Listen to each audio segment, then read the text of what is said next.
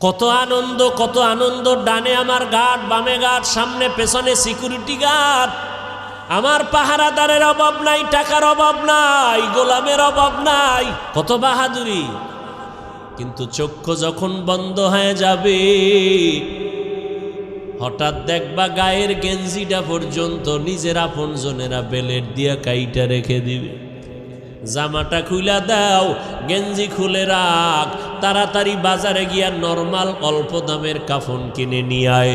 কবর খনন কর, বাঁশ বাগানে বাঁশ খনন, বাঁশ কাঠ, কলা পাতা রেডি কর, গরম পানি রেডি কর। লাশটা ঘর থেকে তাড়াতাড়ি নামা, কয় বাইরে বৃষ্টি, কয় বৃষ্টি হোক, পলিথিন কাগজ দিয়ে পেঁচাইয়া বাইরে রাখ। এখন আর মরা লাশ ঘরে রাখা যাবে না। কে কয় বাইরের মানুষ? নিজের আপনজনের রাখা, নামা ঘর থেকে লাশ নামাও। কয় বৃষ্টি বাইরে, কয় বৃষ্টি টিষ্টি বুঝি না, ওগলা পাতা আর পলিথিন দিয়ে পেঁচাইয়া রাখো। ইমাম সাহেবরে খবর দাও জানাজার জন্য। বৃষ্টি এখন কি করি, 2 দিন বৃষ্টি চলে, একটু রাইখা দেই ঘরের মধ্যে, পাহারা দাও। কয় না, যেভাবেই হোক পলিথিন উপরে দিয়া কবর খনন কর, ভেতরে কোনো রকম রাখতে পারলেই হয়। দোয়া দায়ী লাগবে না, চাপা মাটি দিয়া চইলা আয়। এখন আর এই মরা লাশের পাহারা দিতে পারবো না। শুধু তাই না, করোনায় দেখাইয়া গেল। কয়েক মাস আগে তোমরা তো ফেসবুক শরীফের ভেতরে দেখেছো, এই যে ঢাকা বাড্ডা থানার ভেতরে আজদাহা 2টা সন্তান, মহিষের মতো 2 সন্তান। বাবায় লেখাপড়া শিখাইয়া গেল, বাবায় টাকার অডেল সম্পদ রেখে মরে গেল।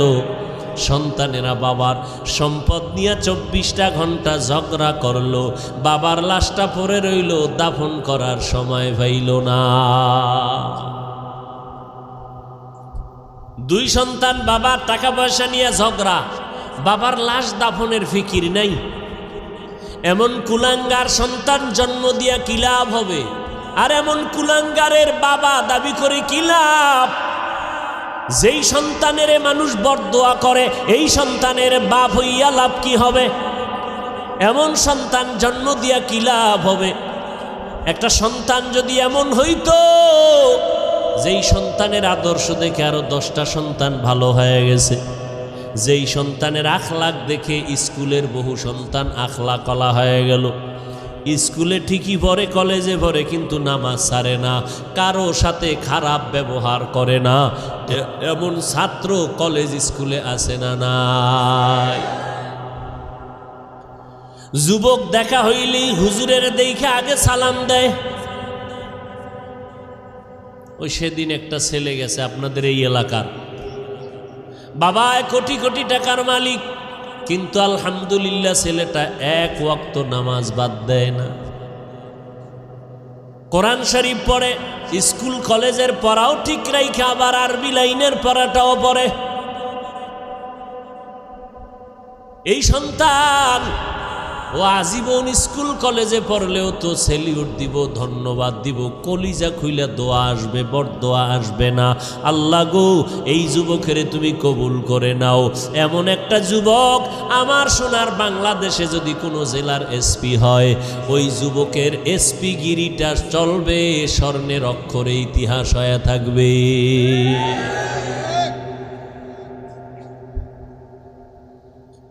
আল্লাহ পাক বলেন, আমি মুমিনদের চাই বিনা হিসাবে জান্নাত দিতে, কারণ একটা সেকেন্ড হাসরের মাঠে দাঁড়ানোর ক্ষমতা কারো হবে না। আর যারা গুণমুক্ত হইয়া তওবা নামের দরজা দিয়ে ঢুইকা কবরে যাবি রে বান্দা, কিয়ামতের ময়দানে আল্লাহ ডাকবে না, আয় সূর্যের গরম মাথায় লাগাইস না, সইতে পারবি না।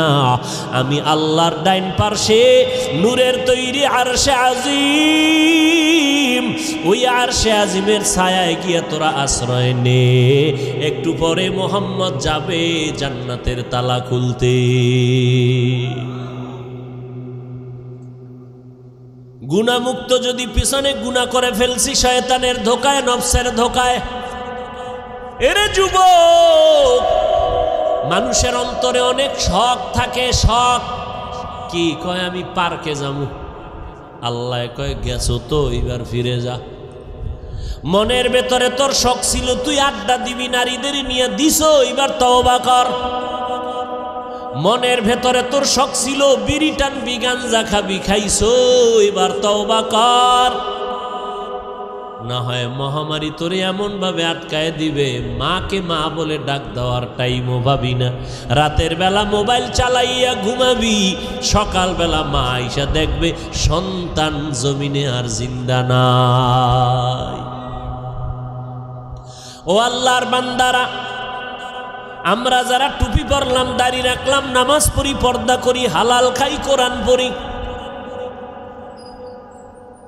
বলেন এই জমিনের মধ্যে কত বিধর্মীরা ইসলামের দুশ্মনী করে। কোরআন বন্ধ হয়ে যাক, মসজিদে তালা দেয়া হোক, মাদ্রাসা বন্ধ হয়ে যাক, ওয়াজ মাহফিল বন্ধ করে দাও, এমন চক্রান্ত নিয়ে বিধর্মীরা কাজে লিপ্ত হয়ে আছে। কেমনে মাহফিল বন্ধ করা যায়, মুসলমানের আওয়াজ বন্ধ করা যায়, মাদ্রাসা বন্ধ করা যায়, হাফেজে কোরআন বন্ধ করা যায়, মাহফিল বন্ধ করা যায়, এত দুশ্মনের মাঝেও আবার একদল তাদের সাথে গিয়া তাল মিলায়, ইসলামের ব্যানার লাগাইয়া এরা ওই মুনাফিক বেঈমানের সাথে গিয়া তাল মিলায় কয় ঠিকই আপনাদের পদক্ষেপ ঠিক আছে, এত ভালো ভালো না, তাবলিগে গিয়া লাভ নাই, তাবলিগটা বন্ধ করে দাও, চরমনাই গিয়া লাভ নাই, চরমনাই বন্ধ করে দাও, কোনো পীরের কাছে গিয়া লাভ নাই, আহলে হক পীর মাশায়েখের দরজায় তালা লাগাও, ওয়াজ মাহফিল বন্ধ করে দাও। এইরকম একদল মুনাফিক বেঈমানের সাথে তাল মিলাইয়া তাবলিগে যাইও না, চরমনাই যাইও না, দেওবন্দি কওমি মাদ্রাসায় যাইও না, ওই ওয়াজ মাহফিলে এদের সামনে বসবা না, আবু হানিফার মাযহাব অনুযায়ী চলিও না। এই রকম বলনেওয়ালা অন্তর খারাপ মানুষ আছে না নাই? আমি বলি ভাইজান আপনি কেন এগুলো বলতেছেন? ঠিক আছে আমি মূর্খ, মূর্খ হিসাবে একটা প্রশ্ন আপনাকে করি ভাইজান, আপনার কথা আমি 1 মিনিট মেনে নিলাম, চরমনাই যাব না, উজানি যাব না, বাহাদুরপুর যাব না, নানুপুর যাব না, আহলে হক কোনো পীরের কাছে যাব না, দেওবন্দে যাব না, কওমি মাদ্রাসায় যাব না, তাবলিগে যাব না।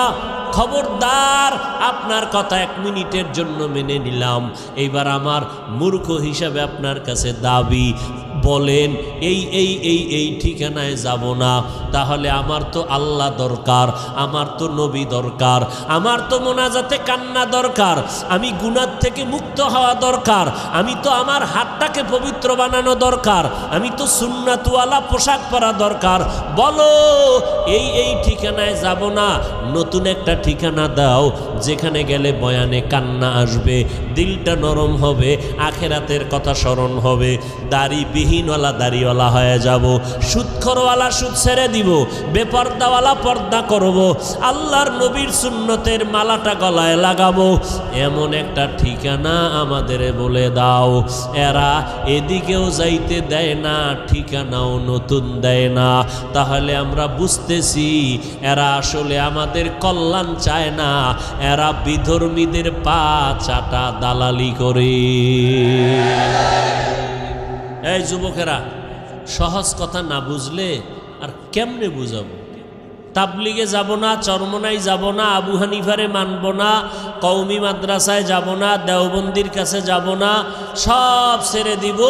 তবে কোথায় যাব? ঠিকানা দাও আলাদা, যেখানে গেলে দাড়ি উঠবে, টুপি উঠবে, দাড়ি উঠবে, পাগড়ি উঠবে, কান্না আসবে, আমল হবে, মা বাবার খেদমত করতে পারবো, আকীদা ঠিক হবে, এরকম একটা ঠিকানা দাও। ঠিকানাও দেয় না, ঠিকানাও। আর এরকম ঠিকানা আমরা তো দেখিও না, যে চরমনাই, তাবলিগ, দেওবন্দি, কওমি, উজানি, বাহাদুরপুর, নানুপুর, হক্কানি পীর মাশায়েখ ছাড়া ভণ্ডটণ্ড যেটি আছে এদের কাছে গেলে যে দাড়ি উঠবে, কান্না আসবে, এরকম একটা জায়গাও বাংলাদেশে আমি দেখি না।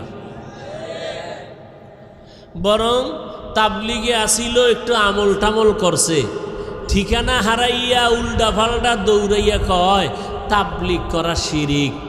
দাড়ি ছোড়ো কেন? কয় মওদুদি সাহেবের ফতুয়ায় আসি, এখন মদিনার ফতুয়ায় নাই। কি আমল টামল সাইরে দিস? আগে একটু নফল টফল পড়তাম। না না না, নফল নাই। আরে নফল পড়ব মিয়া, আমগো হুজুরে কইছে বিতির নামাজও লাগে না। ব্যাস, অমুকে কাফের, অমুকে মুশরিক। আরে বাপরে বাপ, এটা কাফেরের কন্ট্রাক্টারই লইছে, আছে না নাই? কাফের কইতে জিব্বায় মোটেও বেরেক নাই। এগুলো কেন? আল্লাহর ভয় অন্তরে না থাকলে এগুলো হয়। আরে আমরা আমগো বিপরীত লাইনে যারা আমগো খালি গালি দেয় মোহাব্বতে বিসমিল্লা সারা, পাঁচকল্লি ছিঁড়ে ফেলে দাও, এটা মুসলমানের টুপি না, এইভাবে বলার পরেও আমরা কখনোই অশালীন কথা বলি নাই, বলছি। অথচ আমাদের বড় বড় ব্যক্তি যারা বুজুর্গ, এদের নাম নিয়ে নিয়ে আহা কি বলবো, আল্লাহ হেদায়াত দান করুন। সব ভেজাল থেকে মুক্ত হওয়ার একটাই মাত্র পথ। কি পথ?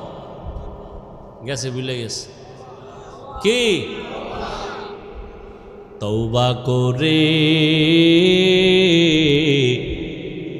আবার তওবা ভাঙ্গিলাম,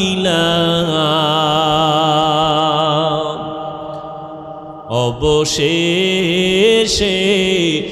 খাঁটি তওবা করিলাম, অবশেষে খাঁটি তওবা করিলাম। সকলেরই দরজা হইতে ফিরিয়া আপনারও দরজায় রইলাম পড়িয়া। আপনি যদি মাফ না করেন বান্দারে, বলে না আপনার বান্দা যাবে কার দ্বারে। আল্লাহ বলেন, বান্দা তওবা ভঙ্গ করেছ, আবার কর, আবার কর, আবার কর। কারণ আমি তওবাকারীকে কেমন ভালোবাসি জানো নি রে বান্দা? আমি আল্লাহ তওবা করনেওয়ালারে এত মোহাব্বত করি, গুনাহ করাটা এত মারাত্মক না, তওবা না করাটা যেমন মারাত্মক। আমি আল্লাহ পাক তওবার দরজা খুলে ডাকতে থাকি, ও বান্দা কি পরিমাণ গুনাহ করছো, আয় ক্ষমা চা, পাহাড় পরিমাণ এখনই মাফ করে দিব। কারণ এটা আমার স্পেশাল পাওয়ার। আমি আল্লাহ তোরে এতটাই মোহাব্বত করি, তওবা করবি। আমি আল্লাহর মোহাব্বত নিয়া জাহান্নামের ভয়, 2 ফোঁটা চোখের পানি ছেড়ে যদি তওবা করো, চোখের পানিটা গালের নিচে যাওয়ার আগে সব গুনাহগুলো মাফ করে দিব। ও আল্লাহর বান্দা, যুবক ভাইরা, বৃদ্ধ বাবাজিরা, পর্দার আড়ালের মা বোনেরা, আজ আমরা টুপি মাথায় দিলাম, আল্লাহকে দেখি নাই, নবীরে দেখি নাই, কোরআন পড়ে দেখলাম, হাদিস পড়ে দেখলাম, আজও পর্যন্ত কোরআনের একটা ভুল কেউ বের করতে পারে নাই, পারলনি। বরং বহু বেঈমান কোরআনের ভুল বের করতে গিয়া নিজেরা কালেমা পড়ে মুসলমান হয়ে গেল। ও যুবক, আল্লাহর গোলাম, আজকে চোখের সামনে তাকাইয়া যদি দেখো আমরা নবীর তরিকা মতো চলতে গিয়া না খাইয়া কেউ মরে যাই নাই। এত মহামারী করোনা গেল, কতজনার চাকরি নাই, কতজনার ব্যবসা নাই, কিন্তু কোনো কোরআনওয়ালা না খাইয়া মরে না। কাদেরে কুদরতু দারি বার কামাল, আন্তা রব্বি আন্তা হাসবি জুল জালাল, তুহি কাদের জলিলুল্লাহ জাহাদার, বহর হালে তুহি মেরা নেগাহদার। আল্লাহ পাক রব্বুল আলামিন বলেন, এই কোরআনে কোনো ভুল নাই, চ্যালেঞ্জ দিয়ে দিলাম। ও যুবক, আজকে তুমি মনে মনে ভাবতেছো টুপি মাথায় দিলে মাথা গরম, দাড়ি লম্বা করলে যৌবনের ভাব চলে যাবে। ও আল্লাহর গোলাম, এত চিন্তা তো আমগো মাথায় ছিল। টুপি মাথায় দিলে মনে হয় স্বাধীনতা থাকবে না, না খাইয়া মরব না। ও যুবক ভাই, আপনারা যারা নামাজ পড়েন না, দাড়ি রাখেন না, পর্দা করেন না, হালাল খান না, নবীর তরিকা মানেন না, আপনারাও 3 বেলা খান, আমরা কোরআনওয়ালারাও 3 বেলা খাই, নাকি না খাইয়া থাকি? আপনারাও ঘুমান, আমরাও ঘুমাই, আপনারাও ব্যবসা করেন, আমরাও ব্যবসা করি, আপনারাও চাকরি করেন, আমরাও চাকরি করি, আপনারাও দেশ বিদেশ সফর করেন, আমরাও। তাহলে আমরা টুপি আর দাড়ির কারণে ঠগলাম কই?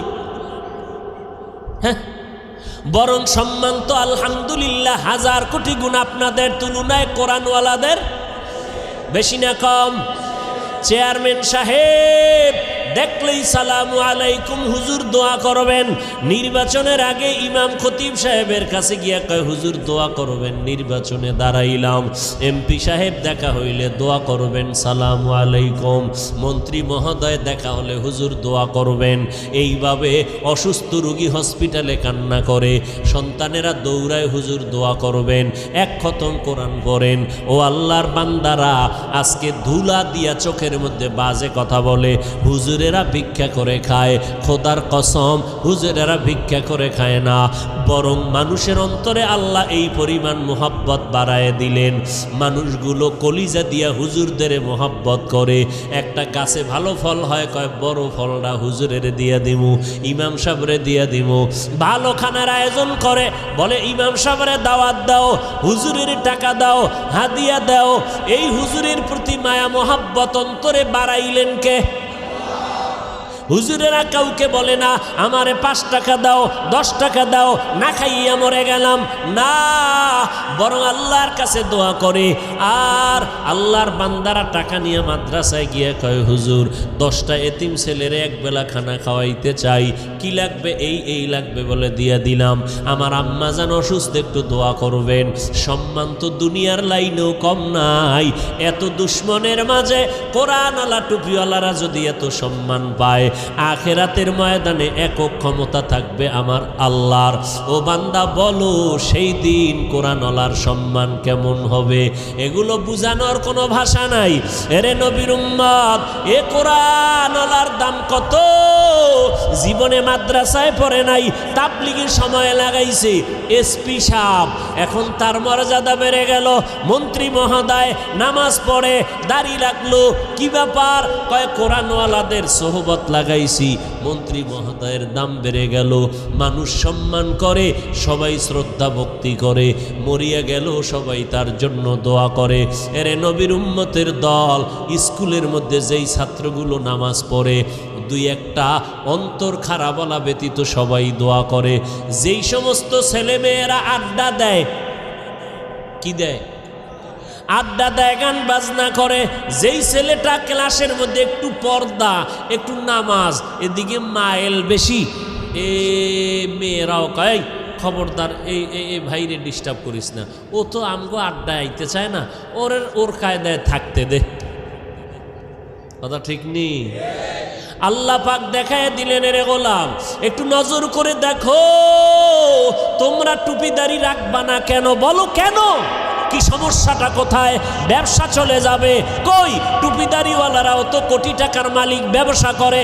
তুমি কেন বলবা টুপিদারি রাখলে নবীর তরিকায় চললে পারি না? স্বাধীনতা কই? নবীর তরিকাওয়ালাদের তো স্বাধীনতা নষ্ট নাই, যেখানে সেখানে বেড়াইতে যায়, সফর করতেছে, কোনো দিক থেকে তো পেছনে নাই। তুমি কেন নবীর তরিকা মতো চুলটা রাখবা না, দাড়িটা রাখবা না, পর্দা করবা না? এবার আসো আর একটা লাইনে তাকাও। তোমার আমার মতো যুবক র্যাব, আর্মি, পুলিশ, বিডিআরের চাকরি করে, দাড়িওয়ালা নামাজি আছে না নাই? বিবেকটাকে জিজ্ঞেস করো, বাবা তুমি কেন পারবা না? তোমার আমার মতো যুবক রাস্তায় গাড়ি চালায়, দাড়িওয়ালা নামাজি ড্রাইভারের অভাব নাই।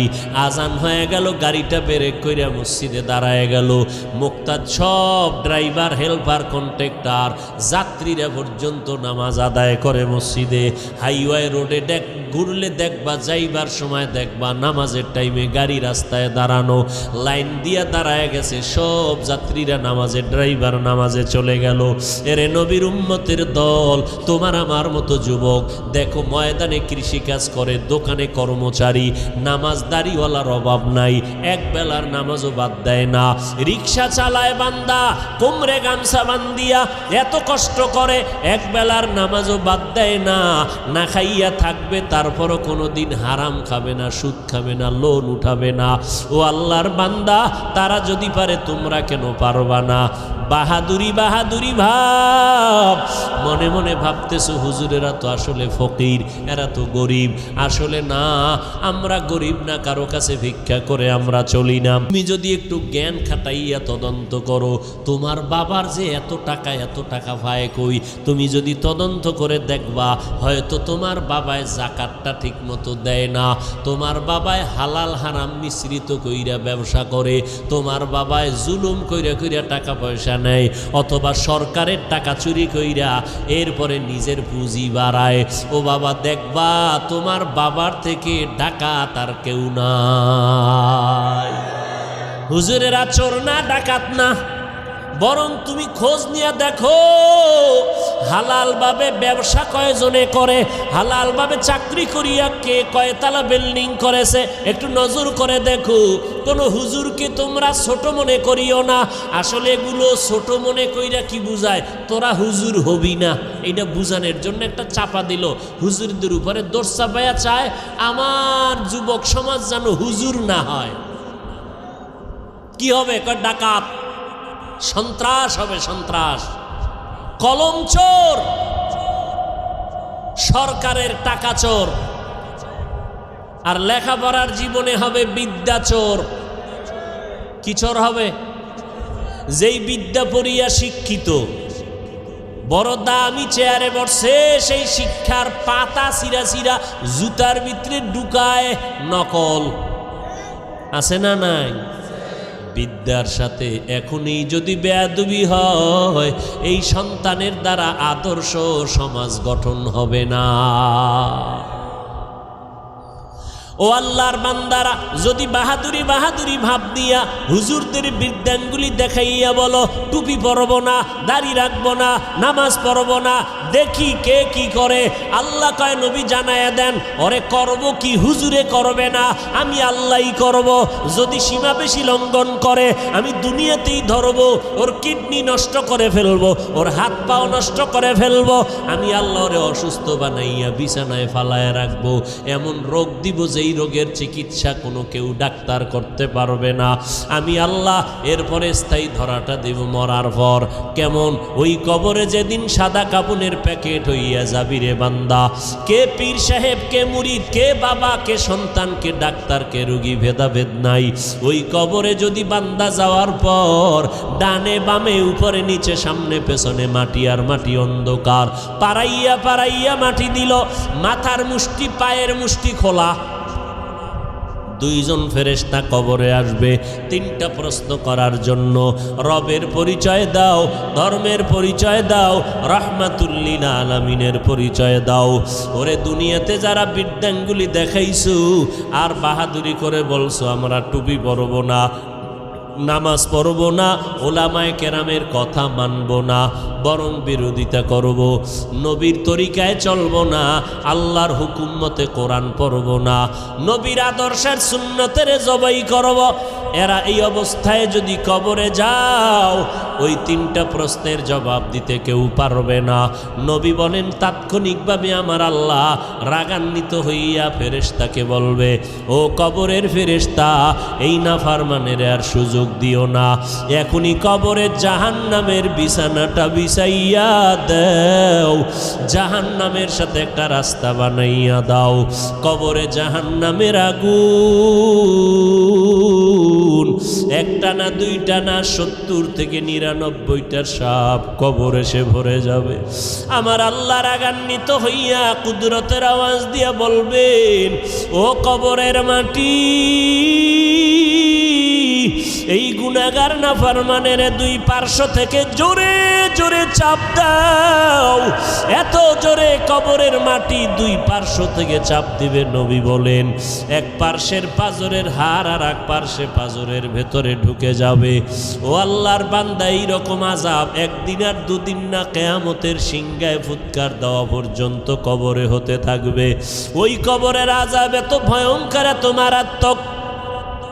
জান্নাতি সাহাবী 10 জনের মধ্যে একজন হযরত ওসমান রাদিয়াল্লাহু তাআলা আনহু কবরের কিনারা দিয়ে গেলেই হাউ মাউ করে চিল্লাইয়া কান্না করতেন। জান্নাতি সাহাবী ওসমান কবরের কিনারা দিয়ে গেলে কান্দেন কেন? ওসমান বলে, মরণের পর কবর হলো প্রথম ঘাঁটি, যদি আমি ধরা খাইয়া যাই আমার উপায় নাই। ওই ভয়ে আমি চোখের পানি ধরে রাখতে পারি না, কবরের আযাবের ভয়ে। আল্লাহর নবী বলেন কবরের আযাব এতটা ভয়ঙ্কর, সমস্ত মাখলুকতেরা দেখতে পায়, শুনতে পায়, আর মানুষ আর জিনেরা শুনবে না, দেখবে না। এই জন্য দেখা যায় কত গুনাহগারের কবরের পাশে গরুর গোয়াল ঘর, লাশটা দাফন করে সবাই চলে গেল, সকালবেলা ওইটা দেখে গরু একটাও গোয়াল ঘরে নাই। একটা গরু পেঁচাইয়া জায়গায় মরে গেল, আবার কিছু গরু রশি সিরিয়া পালাইয়া গেল। আবার অনেক সময় দেখবেন কবরস্থানের দিকে তাকাইয়া কুকুর ঘেউ ঘেউ করে চিল্লায়, কারণ ওরা কবরের আযাব দেখতে পায়, শুনতে পায়, কবরের আযাব সহ্য করতে পারে না রে বাবা। আল্লাহর কাছে তওবা করো। যার কপালে হেদায়াত আছে আল্লাহ তার এই ময়দান থেকে হেদায়াত দিয়ে দিবেন, চোখে পানি আসবে। আর যার কপাল বড় খারাপ, গুনার কারণে দিলটা এত পরিমাণ পাথরের মতো শক্ত, দিন নরম হয় না, চোখেও পানি আসে না রে বাবা। মা বাবার বেয়াদবি, ওলামায়ে কেরামের বরদোয়া লেগেছে কপালে, এখনো সময় আছে রে বাবা, মাওলার কাছে তওবা করে নাও। মরণ তো একবার হবে, হায়াতের মালিক আল্লাহ, ইজ্জতের মালিক আল্লাহ, রিজিকের মালিক আমার আল্লাহ। অতএব আমি ডাক্তারি পড়ি, ইঞ্জিনিয়ারিং পড়ি, চাকরি করি, ব্যবসা করি, আমার আল্লাহকে আমি ভুলবো না, নবীর তরিকার বাহিরে চলবো না, গুনাহ নিয়ে কবরে যাব না, পেছনের গুনাহ থেকে তওবা করে ফেলবো। জীবনে যতদিন বেঁচে থাকবো, মরিয়া গেল আর গুনার কাছেও যাব না। মোবাইল নিয়ে গুনার প্র্যাকটিস করব না। তওবা করার সবার ভাগ্য হবে না। আল্লাহ যার অন্তর দিয়া কবুল করবে তওবার জন্য, তার কপাল খুলে যাবে। তবে তওবার জন্য আল্লাহর কাছে তৌফিক চাইতে হবে। ও আল্লাহর বান্দারা, আল্লাহর মোহাব্বত যাদের অন্তরে আছে, একবার অন্তর দিয়ে আমার আল্লাহকে মনে মনে ডেকে বলো, হে মালিক, আমার মতো গুনাহগার এই ময়দানে আর একজনও নাই। আমাকে মানুষ কত মাওলানা হুজুর বলিয়া সম্বোধন করে সম্মানের চেয়ারে বসাইল। কত মানুষ আইসা দোয়া চায়, পানি পরা নেয়, হুজুর আমার মা অসুস্থ, একটু পানিতে দম করে দেন, আমার মা যেন সুস্থ হইয়া যায়। ওরে কত মানুষ সম্মান আর ভক্তি শ্রদ্ধা করিয়া দোয়া নিল, অথচ আমি আমার আমল নামার দিকে তাকাইয়া দেখলাম আমার মতো গুনাহগার এই ময়দানে আর কেউ নাই। গুনার কারণে আমার হাত না পাক, আমার চোখ না পাক, আমার জিহ্বা না পাক, আমার অন্তর না পাক। ও আল্লাহর বান্দা, তওবার নিয়ত করো, আল্লাহর কাছে বলো, হে আল্লাহ, এই ময়দান থেকে তওবা ওয়ালা নসিব করিয়া ফিরাইয়া দেন। আর জীবনে নামাজ ছাড়বো না, বেপরদায় চলবো না, মা বাবারে কষ্ট দিব না, ওলামায়ে কেরামের বিরুদ্ধে যাব না, দেশ ও জাতির বিরুদ্ধে কোনো ষড়যন্ত্র করব না। যাদের অন্তরে কোনো নেফাকি নাই, দুর্বলতা নাই, অন্তর পাক্কা নিয়ত তওবা করার মতো, তাদেরকে অনুরোধ করে বলবো, আল্লাহর মোহাব্বতে খাঁটি তওবার নিয়তে দুটো হাত আল্লাহকে দেখাইয়া দেই। আয় আল্লাহ, আমাদের হাতগুলো কবুল করে নেন, তওবা কবুল করে নেন, তওবার উপরে মজবুত হইয়া চলার মতো তৌফিক দান করেন, আমিন।